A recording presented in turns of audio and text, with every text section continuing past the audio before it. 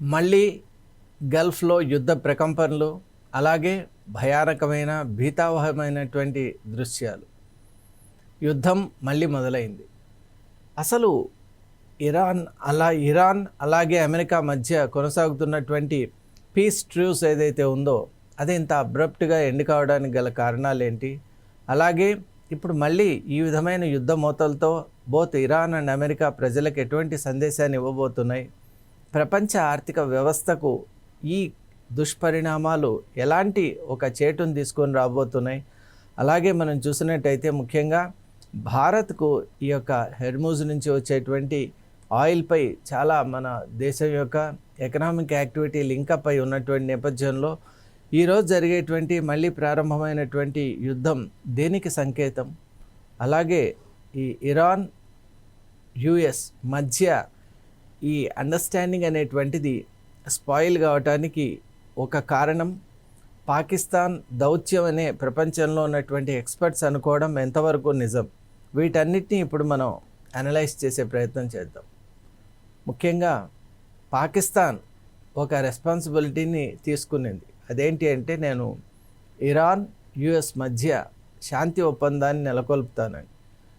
First JD Vance అలాగే ఆయనతో పాటు అక్కడ పార్లమెంటరీ హెడ్తో జరిగినటువంటి ఇరాన్ పార్లమెంటరీ హెడ్తో జరిగినటువంటి చర్చలు విఫలమయ్యాయి. మళ్ళీ ట్రంప్ వచ్చినప్పుడు ట్రంప్తో జరిగినటువంటి ఇరాన్ యొక్క చర్చలు కూడా ఒక దశలో అవి శాంతి వైపు వెళ్తున్నట్టే వెళ్ళాయి. ఒక టైం స్పాన్ పెట్టుకున్నారు. అలా డిఫరెంట్ టైప్స్ ఆఫ్ ఈ డిస్కషన్స్, అలాగే రకరకాలైనటువంటి ఈ ప్రతిపాదనలు, వ్యూహాలు, ఇవన్నిటి తర్వాత ఫైనల్గా ఒక మెమరాండమ్ ఆఫ్ అండర్స్టాండింగ్ అనేటువంటిది అరవేయాలి. మరి ఆ మెమరాండమ్ ఆఫ్ అండర్స్టాండింగ్ ఏంటంటే, ఒక 60 days టైం వరకు ఇరు దేశాలు కూడా ఈ యాక్టివిటీ ఏదైతే వార్ యాక్టివిటీ స్టార్ట్ చేసుకోకూడదు.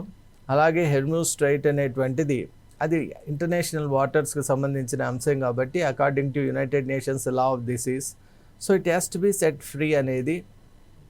అలాగే మనం చూసినట్టయితే ఇక్కడ అమెరికా కూడా ఏదైతే ఇరాన్ పోర్ట్స్ను బంధించిందో వాటిపై తన ఆ బంధన అనేటువంటిది తీసేయాలి.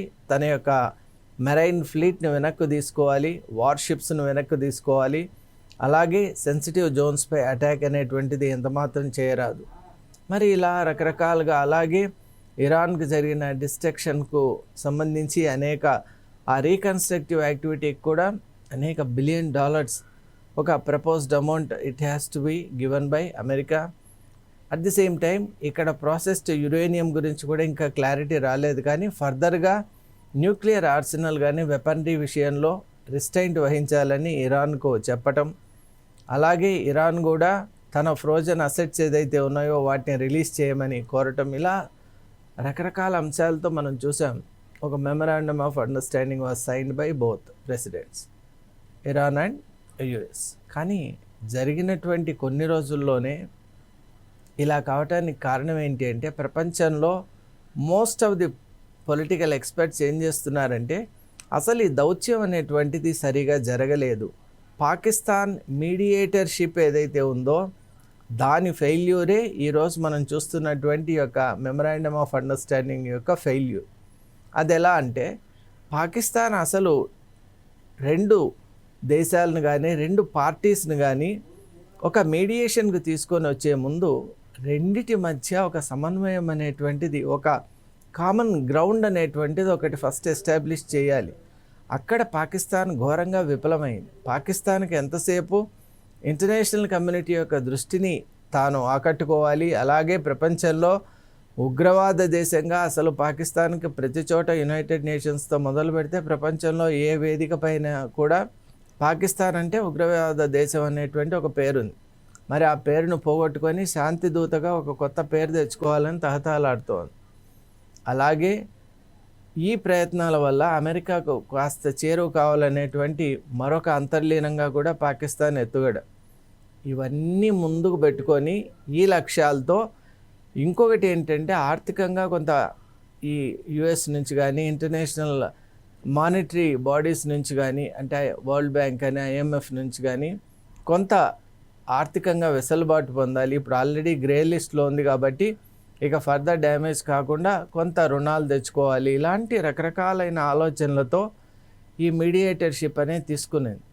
కానీ మీడియేషన్కు ఉండవలసినటువంటి అసలు మీడియేటర్కు మీడియేషన్ ప్రాసెస్కు ఉండవలసినటువంటి ఆ క్వాలిఫికేషన్స్ కానివ్వండి లేదా ఆ ప్రీ కండిషన్స్ కానీ పాకిస్తాన్ సెట్ చేసుకోలేదు. అలాగే అసలు క్లారిటీ అనేటువంటిది పాకిస్తాన్కే లేదు కాబట్టి మీడియేషన్లో కూడా అట్టర్ ల్యాక్ ఆఫ్ క్లారిటీ మనం చూస్తున్నాం.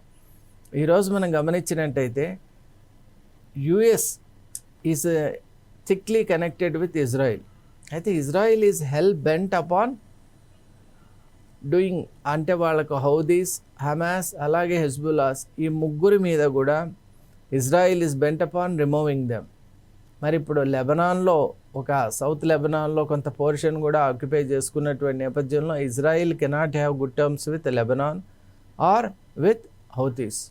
మరి నేపథ్యంలో మనం చూస్తున్నాం ఇక్కడ హెజ్బుల్లా కానీ హౌతీస్ కానీ హమాస్తో కానీ ఇజ్రాయిల్ ఎప్పుడు కూడా కామన్ టర్మ్స్తో జనరల్ టర్మ్స్తో గుడ్ టర్మ్స్తో ఉండే అవకాశం లేదు. మరి ఆ సమయంలో లెబనాన్ విషయం ఏంటి అనేది పాకిస్తాన్ సరైన ఒక ప్రతిపాదన తీసుకొని రాలేకపోయింది. అంటే whether Lebanon's security should be respected or not, or Lebanon's issue ఈ central to this memorandum or not అనే దాంట్లో క్లారిటీ ఇవ్వలేదు.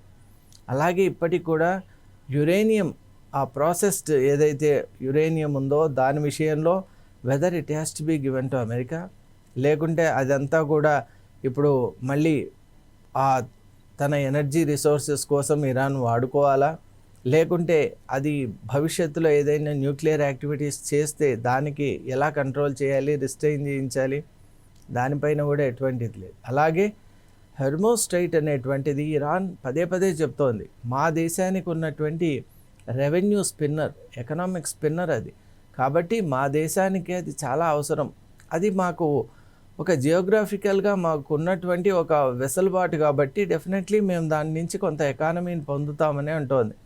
It's a kind of economic portal for us, open portal for us అని చెప్తోంది. అయినా ఆ విషయంపై క్లారిటీ తీసుకొని రాకుండా ఈరోజు ఈ పీస్ టాక్స్ అనేవి ముందుకు తీసుకెళ్ళారు. అలాగే హౌ మచ్ ఆఫ్ ఈ రీకన్స్ట్రక్షన్ కోసం ఆ అమౌంట్ షేరింగ్ కానివ్వండి, అలాగే ఈ మెమరాండంకు ముందు ఎలాంటి చర్యలు తీసుకోవాలి, తర్వాత ఎలాంటి ఫాలోఅప్ ఉండాలి, ఎటువంటి అండర్స్టాండింగ్ లేనటువంటి పాకిస్తాన్ తీసుకొని వచ్చినటువంటి డిప్లొమాటిక్ డీల్ అట్టర్ ఫెయిల్యూర్ అయిందంటే దానికి కారణాలు ఇప్పుడు మనం అన్నీ అనుకున్నటువంటి అంశాలే.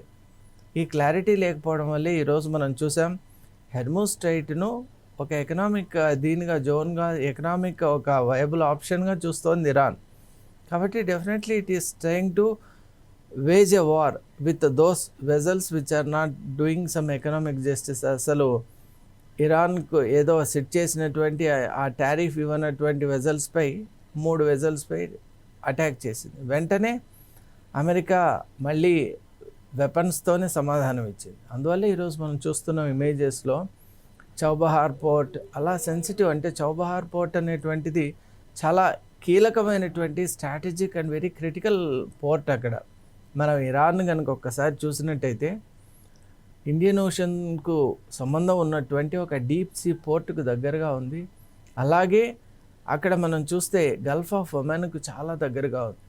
భారతదేశం యొక్క సహాయ సహకారాలతో చౌబహార్ పోర్ట్ ఏదైతే ఉందో దాని రీకన్స్ట్రక్షన్ కూడా ఇప్పుడు జరుగుతున్నటువంటి నేపథ్యంలో it is really a matter of concern for India also.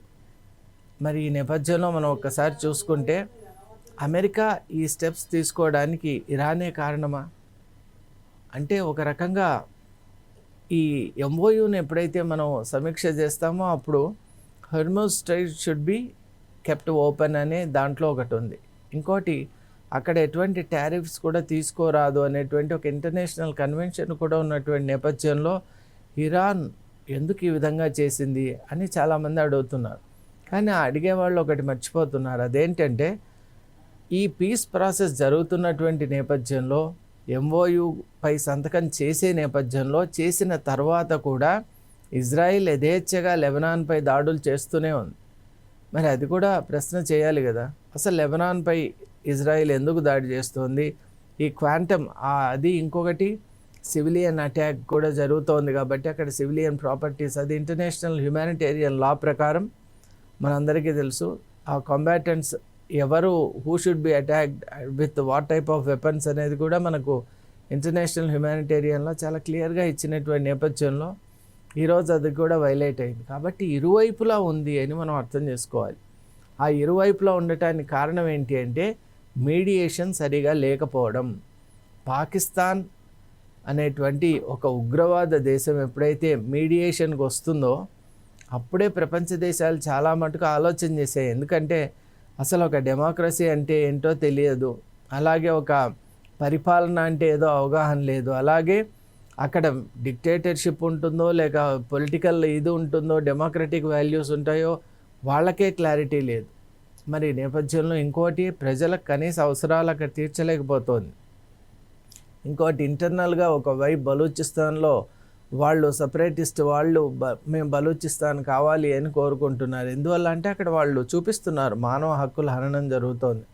ఇంకోవైపు ఇక్కడ పాక్ ఆక్యుపైడ్ కాశ్మీర్లో మేము అసలు పాకిస్తాన్తో ఉండం, మేము భారత్తో కలిసి ఉంటామని ఇండైరెక్ట్గా సిగ్నల్స్ వాళ్ళు కూడా ఇస్తున్నటువంటి నేపథ్యంలో మీరు ఇంటర్నల్ అఫైర్స్ని చూసుకోవడానికే మీకు శక్తి సరిపోవడం. మరొక వైపు ఆఫ్ఘన్పై దాడి చేస్తున్నారు, అక్కడ ఉన్నటువంటి పిల్లలతో సహా చాలామందిని ఇంజూర్ చేయటం, అలాగే సమ్టైమ్స్ వీళ్ళ దాడుల్లో అనేక మంది మృతి చెందుతున్నారు. మరి ఒకవైపు మీ పొరుగు దేశమైనటువంటి ఆఫ్ఘన్తో ఆ శత్రుత్వాన్ని కూడా మీరు ఒక పీస్ డీల్ చేసుకోలేకపోయారు. భారత్తో మీకు పీస్ డీల్ లేదు, అలాగే మీకు మీరు ఏ దేశాలతో కూడా సరైనటువంటి సంబంధాలు మీకు లేవు. మరి ఇలాంటి మీరు మీడియేషన్ ఎలా చేయగలరు? మీరు చేశారు కాబట్టి ఆ మీడియేషన్ కూడా ఇప్పుడు మనం చూస్తున్నాం. మళ్ళీ ఆ మోతలు, అలాగే ఆ యుద్ధ ప్రకంపనలు ఇవన్నీ కూడా వస్తున్నాయి అంటే క్లారిటీ లేకపోవడం. అందువల్లే ఇప్పుడు నిజంగా ఇంటర్నేషనల్ జియోపాలిటిక్స్లో ఈ రోజు జరిగే పరిణామాలన్నింటినీ కూడా సరిగా స్ట్రీమ్లైన్ చేసుకొని చూడాలి. అసలు ఇరాన్ యొక్క స్థితిగతులు ఏంటి, అలాగే ఇప్పుడు అయతుల్లా ఖమేనీ యొక్క క్రిమేషన్ ప్రాసెస్ కూడా జరుగుతున్నటువంటి నేపథ్యంలో ఈ వైలేషన్స్ అనేవి ఎంతవరకు కరెక్ట్, అలాగే ఒకవైపు NATO conference American president Donald Trump attend అయ్యి వస్తున్నటువంటి నేపథ్యంలో తుర్కియేలో ఈ యొక్క ప్రకంపనలు దేనికి సంకేతం, ఇవన్నీ కూడా మనం గమనించాలి. ఇక ఇంకో కోణంలో మనం చూసినట్టయితే అసలు ఈ అమెరికన్ వ్యూ పాయింట్ కానీ ఇరానియన్ వ్యూ పాయింట్ కానీ ఇవన్నీ కూడా యుద్ధం ఈ విధంగా జరగటం వల్ల ఇంటర్నేషనల్ కమ్యూనిటీ ఏ విధంగా ట్యాక్స్ అవుతున్నారో మనం చూడాలి. హెర్మూజ్ స్ట్రైట్ అనేటువంటిది చాలా కీలకం ఎనర్జీకి. మరి ఎనర్జీ ట్రాన్స్ఫర్, అలాగే అక్కడి నుంచి వచ్చేటువంటి దాదాపు ఎనర్జీని మనకు ఇండియా కానీ అదర్ ఏషియన్ కంట్రీస్కి ఉపయోగపడుతోంది. మరి ఆ స్ట్రైట్ అలాగే ఇప్పుడు ఇబ్బందుల్లో ఉండటం, అలాగే ఇంకోటి యుఎన్ స్టాటిస్టిక్స్ ఇప్పుడే మనకు ఆ స్టాటిస్టిక్ కూడా అందింది. దాని ప్రకారం దాదాపు చాలా ఒక వేలల్లో సెయిలర్స్ కూడా అక్కడ స్టాండ్ అయిపోయారు. And they are also having very tough time. ఎందువల్ల అంటే ups and downs, sine wave లాగా ఒకరోజు పీస్ టాక్స్ అంటున్నారు, రెండో రోజు యుద్ధం చూస్తున్నారు, మళ్ళీ పీస్ టాక్స్, మళ్ళీ యుద్ధం. దీనివల్ల అసలు సీఫేరింగ్ యాక్టివిటీ అనేది కూడా దెబ్బతింటోంది. ఇక మర్చెంట్ నేవీ కూడా దెబ్బతింటోంది, ముఖ్యంగా ఎనర్జీ వెజల్స్, అలాగే ఫార్మస్యూటికల్స్ కానివ్వండి, ఫర్టిలైజర్స్ కానివ్వండి, ఇలా రిలేటెడ్ ఇది సప్లై చైన్స్ కూడా డిస్రప్ట్ అవుతున్నటువంటి నేపథ్యంలో ఇంటర్నేషనల్ కమ్యూనిటీ ఇప్పటికైనా they have to come forward, create a common ground where both these countries can really work together to call for a new era of understanding, peace and good will. అది జరిగినప్పుడే శాంతి అని ఏదైతే మనం కోరుకుంటూ ఉన్నామో, మనం అందరూ కూడా ఏదైతే ఒక స్టెబిలిటీ కోరుకుంటూ ఉన్నామో, దట్ విల్ ట్రూలీ హ్యాపెన్ అని I firmly believe. Thank you.